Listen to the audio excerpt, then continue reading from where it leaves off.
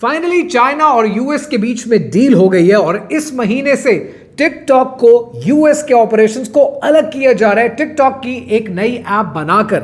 लेकिन इंपॉर्टेंट यह है कि जो ByteDance कंपनी थी जिसने टिकटॉक को शुरू किया उनके होंगे सिर्फ माइनॉरिटी शेयर्स 20% और बाकी 80% नए ओनर्स और नए इन्वेस्टर्स को दिए जा रहे हैं। तो नेचुरली एक सवाल बनता है कि टिकटॉक यूएस के 80% शेयर्स के नए ओनर्स कौन हैं?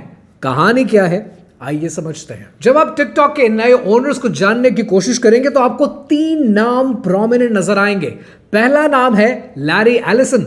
लैरी एग्जीक्यूटिव चेयरमैन है ऑरेकल कॉर्पोरेशन के और लैरी एलिसन एक शिकागो बेस्ड ज्यू हैं कि जिन्होंने $26 मिलियन कंट्रीब्यूट किए थे आईडीएफ को, $500 मिलियन डोनेट किए इसराइल के रॉकेट प्रोग्राम के लिए, ईस्ट जेरूसलम में बनने वाली नई सेटलमेंट्स को फंड किया और 2021 में बेंजामिन नेतन्याहू को ऑफर दी कि वो ऑरेकल कॉर्पोरेशन के बोर्ड ऑफ डायरेक्टर्स में आना चाहें तो आ जाएं। दूसरा नाम आपको नजर आएगा एक ऑर्गेनाइजेशन का और इस ऑर्गेनाइजेशन का नाम है एंड्रीसन हॉरोविट्ज।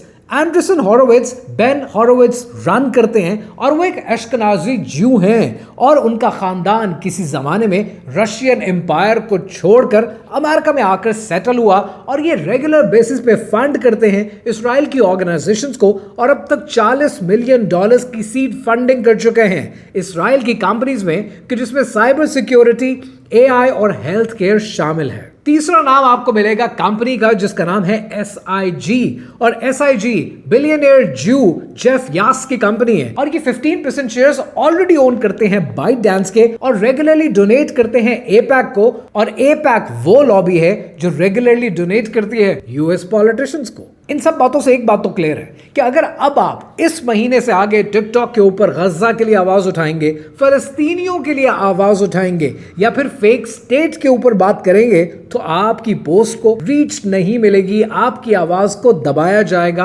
आपको बोलने का मौका नहीं दिया जाएगा। लेकिन एक बात हमेशा के लिए अपने दिमाग में आपने क्लियर रखनी है कि अगर बाजी इश्क की बाजी हो, जो चाहे लगा दो, डर कैसा।